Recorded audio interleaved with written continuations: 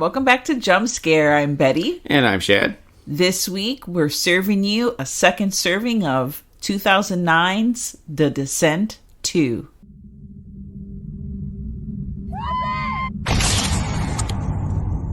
Critics called The Descent the most terrifying monster movie since Alien. In 2009, it's time to return.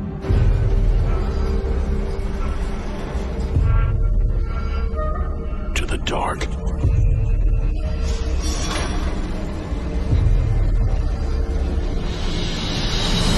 The Descent, Part 2. So this is the second time I've seen this film. The first time I saw it was probably in 2009. So I completely forgotten about it. Yeah, I had forgotten about it too, but I didn't actually see it. I just forgot it existed until we were looking for movies to do for this. And we're like, oh, I never saw this. We might as well. So the most recognizable people in the film, which I didn't recognize either one of them to begin with until I had a gnawing feeling. I was like, I know this guy. Gavin O'Herlihy, who is he like an officer? He's like part of the rescue team. He's a sheriff. He's a sheriff, okay. He's a sheriff. He is Eric from Willow, which is Mad Mardigan's like old friend. And he, obviously that movie came out, freaking 80s. This movie came out 2009, so he's way older. And Josh Dallas from Once Upon a Time, he's Prince Charming, which I did not recognize Josh Dallas at all. I had no fucking idea. I saw the show probably the first 3 seasons, and I should have known that was him. So shame on me. Well, I haven't seen any of it, so I had no idea who it was. And you have the Shauna McDonald, who's returning in her role from the first film because she's a survivor. And the film kind of picks off, not the next day, but... It's like 2 or 3 days later, it says. They've been searching for everyone that's missing for a couple of days. Yeah. I'm going to tell you right now, guys. Not going into a cave. I don't care what's in the cave. If you told me maybe there was like golds like right around the edges of the cave, I would just get like a long stick and just like bring the fucking gold out. But I'm not going into a place that like is not a place where people go all the time. Is there a Starbucks in the cave? Because then I know that it's been, visited frequently. And there's not going to be some weird fucking mutant beings living in there waiting to rip my fucking throat out and eat me. Well, the thing with the first one was that they went down to the cave and they hadn't filed like any kind of, not like cave exploring plan or whatever the hell you call those. I want to say flight plan, but that's not right. Like any kind of plan, whatever you call it. They hadn't filed any of that. Nobody knew where this cave was. But then somehow in this one, everyone knows exactly what cave they went into, and they're looking for them. It's like, that was kind of the point of the first one, was that no one knew where they are. Yeah, and they had, like, shitty Nokia phones. They were, like, obviously it's 2000. There were no fancy-ass phones, so no one's dropping a pin, okay? Yeah. No one's dropping a pin. And they didn't get any reception on that shit anymore, so yeah. And the other thing, too, is, of course, this one picks up with the American ending. Because, the British ending for it was quite a bit different. She did not survive in the British version. When they got over here to America, they were like, no, put a happy ending on it. We need to see her survive. And this one doesn't even really kind of match up with the American ending of it. So, I don't know. They just kind of picked up and said, yeah, let's pretend that happened. It was like, the first one made us some money, so we're just going to come up with some random bullshit for the second movie. Let's just look. They're mutants. They're down there. Let's get some other attractive girls to go down there. Let's get, like, some older guys to, like, go down there with them. Because, they're, like, experienced. A few years had passed by. So now we can't have the all-female cast again. We got to throw a couple of dudes in this one. Yeah, they're experienced. They're going to help them out. Spoiler alert. They don't fucking help anybody out. Actually, Gavin O'Herlihy, I forgot his name in the movie. He fucks everything up. It's basically all of his fault. So she just has her, like, run-in, at the beginning of the movie. She, like, just appears while someone's in their fucking car. And she just runs up banging on the window and is like, help me, help me. Yeah, she's naked and afraid like the fucking TV show. She wasn't naked, but she was afraid and bloody and weird and slimy. And they take her and, you know, she doesn't remember anything. She has the PTSD, okay? She's so shocked by what happened to her. You know, she's starving. Probably just had cave water. There's no berries down there. She didn't become a cannibal, so I don't know how the fuck she survived for all those days. But nevertheless, she escaped. And now she's in the fucking hospital. And the sheriff is like, you know what? By the way, let me just go back and say that, of course, like in all things, because we're just not going to go back down and do a rescue team if there wasn't that one person that makes it all happen, which is, of course, there has to be like some kind of senator or like important person's daughter that's fucking down there in the cave. So I have to do everything in my power. So I guess he kind of wanted to be like the sheriff that rescued, you know, the senator, the mayor, whoever the fuck's daughter, you know, and come rescue the fucking day. But no. Well, I love how they're like, yeah, she's been severely traumatized. She has all kinds of injuries. She's borderline dehydrated and all that. But yeah, if you want to go ahead and take her out of the hospital after she's been in here for an hour and a half and bring her back down into the cave with you, it should be fine. Yeah, it's fine. What fucking doctor signed off on that and said that was okay? I'm gonna tell you what. When they go and they interview her, she doesn't even remember that her own child has died. That's how severe her memory is. I'm gonna tell you right now, if you threw a rock at my head, okay, or if I fucking was locked in the cave for like 3 days and I came out, I'm gonna remember my child died, okay? This is not something you're gonna forget. That's short-term memory stuff. I could understand maybe she doesn't remember her name right quick or what happened in the last couple of days. You're not gonna forget something that happened like a year ago. And it's something so traumatic as losing a child. Yeah, and that's your first clue right there that maybe something's not right here. Maybe we should leave her ass in the hospital. Yeah, it was like the child called it. Like, she locked herself in her happy place. That's how she survived. Yeah. And she could not come to terms with, like, what was happening. I can't even imagine what the mind would go into, like, where you would go. Because if I saw all of my friends get eaten by, like, these naked fucking... They all look like Dobby on crack. Like, Dobby is eating my friends...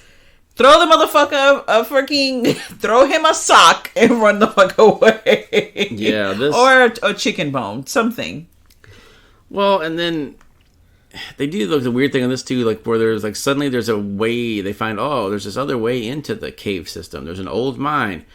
Oh, lots of people died in the old mine, but my grandpappy was one of. There's always somebody who's grandpappy. They always have to do like, oh, grandpappy died down in the mine years ago. Oh, yeah, okay. Wait, how old was your granddad when this happened? Because I want to know how old he was when he had your dad. Like, what's going on? I don't know. But yeah, so another sign that there's something up is whenever they take the rescue dogs that are sniffing around for them and they walk near this place and they all run. They're like Rottweilers and they run like hell. You're like, oh, if they're afraid to go near the place, I don't need to fucking be there, okay? No, the dogs are running away. That's when you run away. Okay, that's not a place you want to go fucking investigating. But, we got to save the senator's daughter, so we're going to risk everyone's life.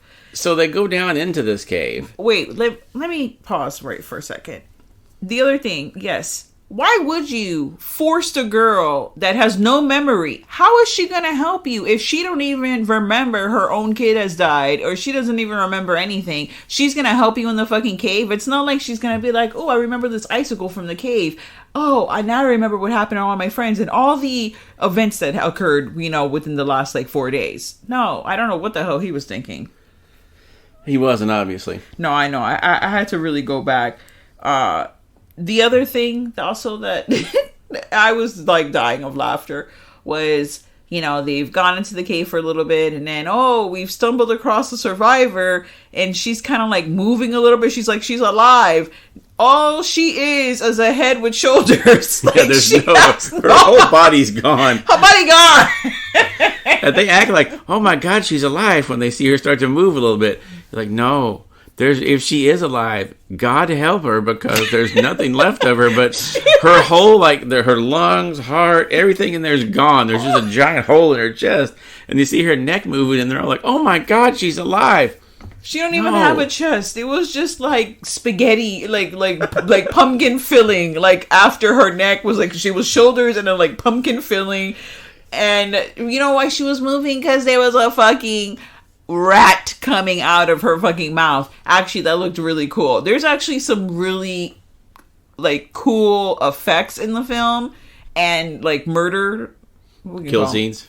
Kill scenes. I really like a lot of the kill scenes. They're like grotesque and some shit you would not want to see in real life. Like, it's fine to see it in the movie. I just don't want to see that. Like, I don't want to see a rat coming up someone's mouth. It looked so disturbing. It was gross. Of course, like anyone who's ever seen a movie about caves, they immediately tell the sheriff's deputy, don't take your gun down there, because if you fire that thing, it's going to cause a cave in and kill us all. And he's like, I take my gun everywhere. No one takes it away from me. As soon as they get down in the cave, as soon as something goes wrong, he fires the gun immediately, causes a fucking cave in, nearly kills them all. He's like, oh, I saw a shadow. Bang, bang. I'm going to get my gun out.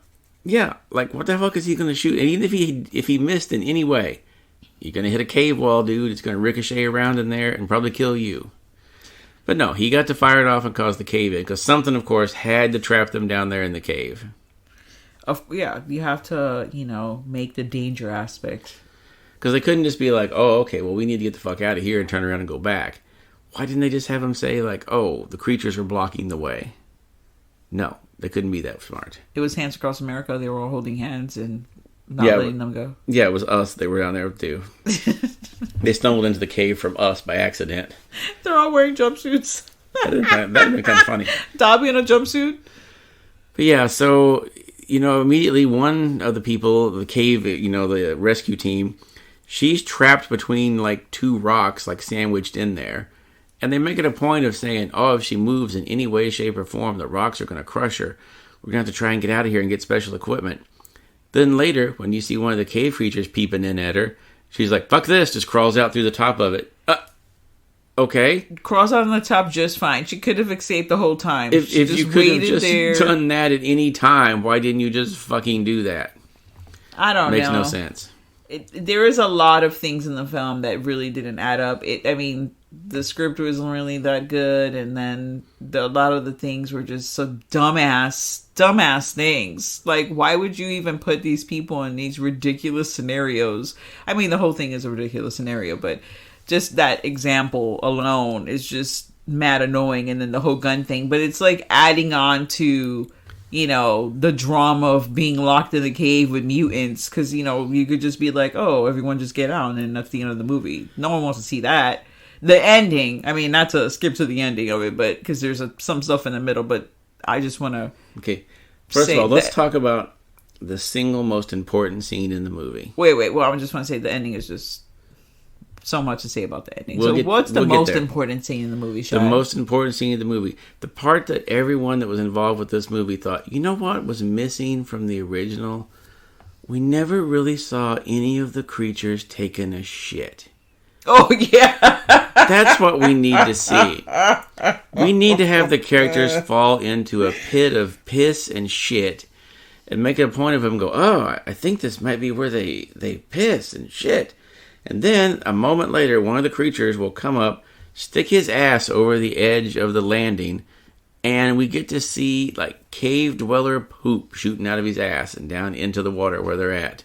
So it's like, okay, that's...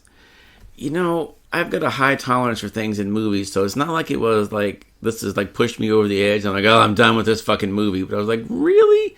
This was what you thought was important for us to see. We needed to see one of the mutants taking a shit. Really?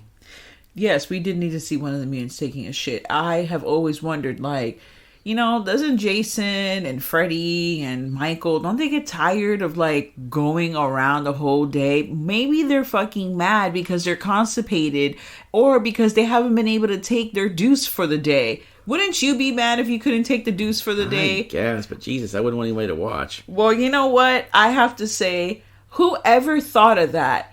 It's like that fucking Key and Peele scene where they're talking about Gremlins 2. It's like, that's going to be the movie. It's in the movie. It's in the movie. They were like, you know what? Mutants, we have to have them taking a shit. It's in the movie. It's in the movie. It was just so ridiculous. It's like, come on. Did we really need to fucking see that? No. The answer is no, we did not. No, we didn't need to see it, but I'm glad that I saw it because I've never seen anything like that. Now I can check that off the list. Mutant taking a shit. Done. Check.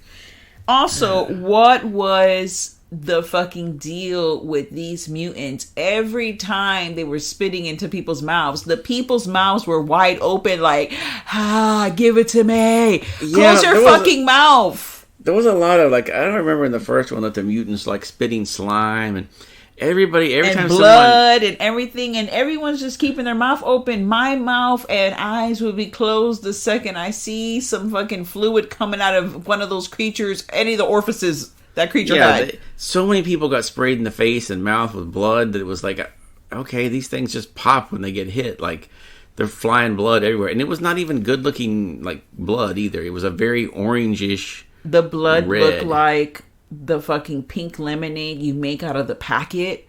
Like, it looked really bad. I know that there's, you people out there that are like, oh, once blood is exposed to air, it changes color for everybody, whatever. No, this didn't look, no one's blood looks like this. No one's blood is like a watery pink lemonade. Maybe they were trying to do something like, oh, the creature's blood is different than ours. But it was the own people's blood too. It was everybody's blood was that colored, not just the mutants' blood. If they'd done that with just the mutants, they could have got away with saying, oh, their blood's a little different color than ours because they're some sort of creature. I would go with that. Even if it didn't look great, I'd go with it and go, okay, fine. At least they're trying to do something, What was the whole point of the Greg sacrifice? Like, the guy sacrifices himself to save the girl, and then 5 seconds later, the girl just dies. Like, what was the whole point of that whole fucking scene? It was ridiculous. It was like, oh shit, we have like 25 minutes of the movie left. We got to kill these people. We have too many people left over. Die. Yeah, that scene was just pointless. Yeah, it was like he went into this big sacrifice where she could get away. She takes 2 steps and there's the creature like, And if you know that the creature literally is blind and cannot, like, it goes based on, like, your... Stop breathing. Like, stop... Stop doing that. Like, that's gonna get you murdered. Like, did you just intentionally want to die? Like, I don't... Because Greg died? Like, oh, Greg! Like, what... I don't know what the fuck she was doing. But yeah, so I was very happy actually because she annoyed the shit out of me. And it was one of those characters where, like, they have her being rescued multiple times in the film and she rescues herself because it's the same fucking girl from the that saved herself from the little hidey hole. The cave-in hole. And then she ends up getting, killed. So that was just like, oh, okay, that's pointless. I just don't understand what the whole point of that was. And then they decided to bring back, like, one of the characters that you thought had died in the first movie, the Juno, that she got, like, hit in the leg with, like, the climbing axe that they have and left for dead with the creatures, like, coming over. And it's been a while since I've seen the first one, but I'm pretty sure it made it clear that she was dead. She came back as fucking Laura Croft, by the way. She was Laura Croft with her little shorts and the fucking tank top, and she was just a ninja in there. Like, she was just going... Somehow in the 2 days, her, like, massive leg wound healed, and she was jumping around from place to place, killing these creatures right and left, and she just became a badass, like, in a day. Yeah, she became, was an Insta badass. She must have had, like, a can of, like, Insta in her fucking back pocket, because that's exactly what happened. She started whipping ass. Where were these skills when we needed that in the first movie? All of our friends died. Were you holding out? Like, what the hell? Yeah, she's the one that, had the affair with the husband, with Shauna McDonald's husband, the main character. And, there was, like, bad blood between them, so then they have their little drama amongst themselves, which leads up to the end. You have to have, like, the show off. Not only are the humans going against one another, but they also have to fight against the mutant. And then you're supposed to get like which one's worse, us or them? Yeah. Yeah, the mutants. Which one's the real monster? The mutants. They're both monsters. they're both, especially because in the end, it shows the film, tells us humans are the real monsters. But yeah, the mutants, because they have fucking sharp teeth and they're climbing on walls. They rip your throat out, they're eating you. Yeah, they fucking pull a freaking Roadhouse move on you and you're fucking dead instantaneously. Well, and the other thing too is that this one didn't feel like, the first movie felt really claustrophobic, of course, because everything was really tight and confined around there. Was it really tight? Yeah. And it was dark. It made a point of it being in the dark. The only lights that you saw were the lights that they were shining around, their headlamps, flashlights, or looking with the infrared cameras and that. This one, you could tell they were clearly on a soundstage. It was being lit from all corners because everyone was, had glamour lighting at all times to make everyone look the best. It was the most lit cave that anyone has ever seen. Yeah, and they had a great habit too of we just got dunked in water. Let me take my jacket off, and underneath my shirt is completely dry. That was an amazingly watertight jacket. I was like, I need the Swiss Army jacket that costs $100. That's gonna keep my shit dry, because that jacket was fantastical. Yeah, I didn't even get that at all. She's takes the jacket off, she's completely dry under. 2 seconds later, her hair's dry. Wow.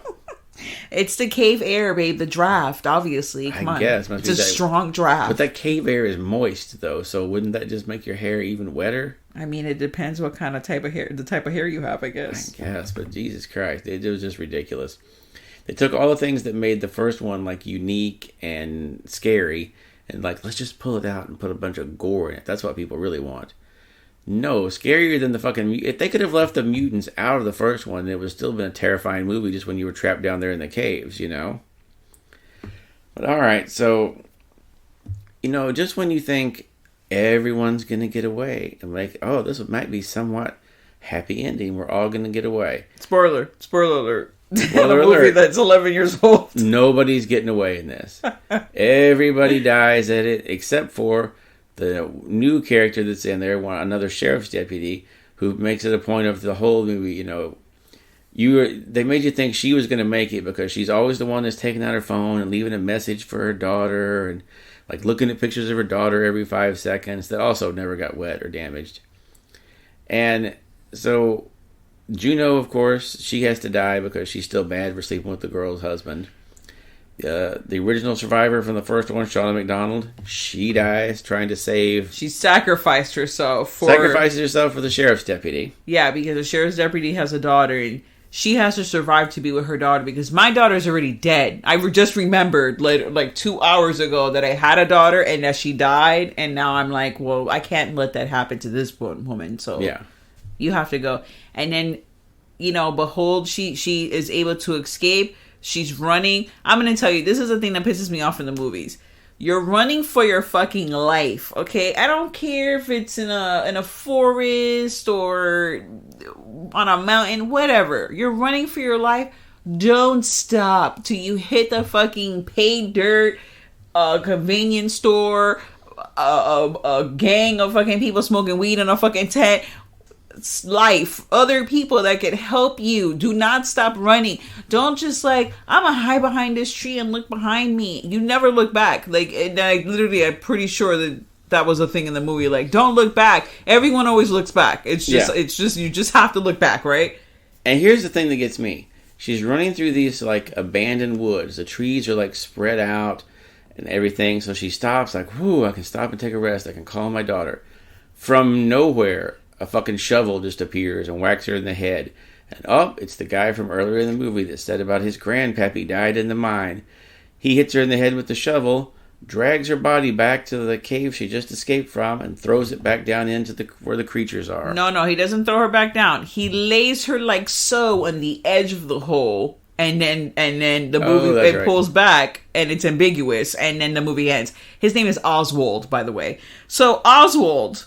What the fuck? What? He has a connection with these creatures? Are those his parents down there? His grandparents? And he's been feeding them this whole time? Is this a thing where they're bringing stuff up for him? What's going on? Is this Texas Chainsaw Massacre like 3.0? Like, what is going on? I had a feeling they were trying to set up a third movie, and it just never happened. Like in the third movie, we're going to find out that these things have been coming up for years. It's been a trap or something. It's going to be like Wrong Turn meets, like you said, Texas Chainsaw Man, or Hills Have Eyes. Actually, would be more appropriate. It reminded me like maybe they were trying to set up a thing. There's a TV show from the early 80s called The Dark Room. And one of the segments on it is a guy, he is at a diner, and he's showing off his fancy new digital watch that he has, because it was the early 80s, so digital watches were still cool. And he's showing it to this weird kind of the town crazy guy. And he's like, wow, that's amazing. And then he tells him hey, I can't remember what excuse he uses, but he gets him to come to this old carnival. And then once he goes to the old carnival, he lures him down to a dock down there. And this creature comes out of the water, kills the guy, eats him, and then leaves the crazy guy the nice watch. And then you see him in the diner wearing the watch, explaining to everybody what all the functions on the watch and all this. And it's that's just his thing. He takes people there, the creature eats him, and then gives him back whatever it is that he wants. Is that what they were going to try and set up with this? They were going to be bringing him up, oh, we brought you our weekly offering of jewels. Now throw some bitches down the cave. Yeah. I don't understand. No explanation was given, okay? And it fucks with the entire movie, because it just makes it pointless. This is this is my summation of the film. There was no point for a sequel. Okay, well, my assessment, I should say. There was no point for a sequel. They brought back the survivor. Then, surprise, later on, Juno returns, only to have them both die. What the fuck? Then 2 knives. I give it 2.5 knives. And a crawler poop nugget. So is that a good thing or a bad thing? Half a crawler poop nugget. So I give it 2 knives and half a crawler poop nugget. Okay, I could only give it 2.5. Maybe you're going to give it one knife. I don't know. No, I gave it a 1.5 just because I like some of the kills. And there's some good gruesome kills, and the effects of the creatures are good. If you're just watching it honestly, if you had not seen the first one and someone just showed you this one, it would be oh, okay, that's kind of a stupid B-movie monster thing. You'd be like, all right, that's fine. I mean, it's not going to win any awards, but you would be okay with if you hadn't seen the first one to compare it to, Yeah, you could really just watch the first one and then never see this one. That'd be my advice, is never watch this one. That's pointless. But if you wanted to see it, we saw it on Tubi, so it's free. Tubi's our best friend. That's where all the cool stuff's at. Yeah, that's where all the hidden gems are. This one was a crawler poop. This one's a crawler poop. And there's another one we watched on there that I don't know what the fuck that movie was, but we'll talk about that later. Yes, we will talk about that later, and probably in 2 segments from now. Because there's some shit in that I have questions about. So many questions. Well, thank you so much for joining us on this second serving. Stay tuned to the horror. And now, folks, it's time to say goodnight. We sincerely appreciate your patronage and hope we've succeeded in bringing you an enjoyable evening of entertainment. Please drive home carefully and come back again soon. Good night.